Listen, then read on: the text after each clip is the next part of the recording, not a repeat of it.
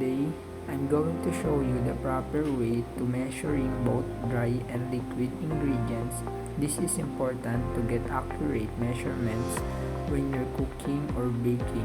So let's get started. Una, magsukat tayo ng flour. Gamitin ng spatula, unti-unting ilagay sa measuring cup. Dapat hindi ito pinupuno at pinagpwersa.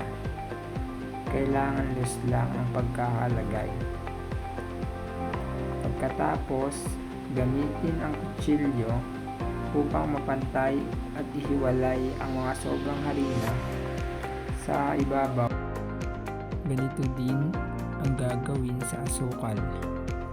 Ilagay sa measuring cup ang asukal gamit ng spatula ng paunti-unti at pahira ng kutsilyo para siguradong eksakto ang sukat nito.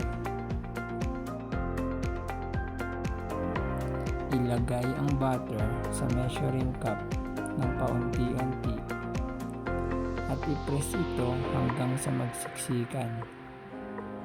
At gamitin ng kutsilyo upang masukat kung tama ang pagkakalagay nito.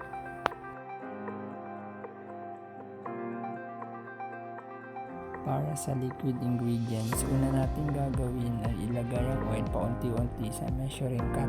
Siguraduhin na ay level ang isukat upang hindi sumobra o magkulang ang liquid. Pangalawa, ganito rin ang proseso sa paglagay ng tubig. Maglagay ng tubig sa measuring cup ng paunti-unti. Siguraduhin hindi ito aapaw. Tiyakin na eksakto lang ang sukat nito.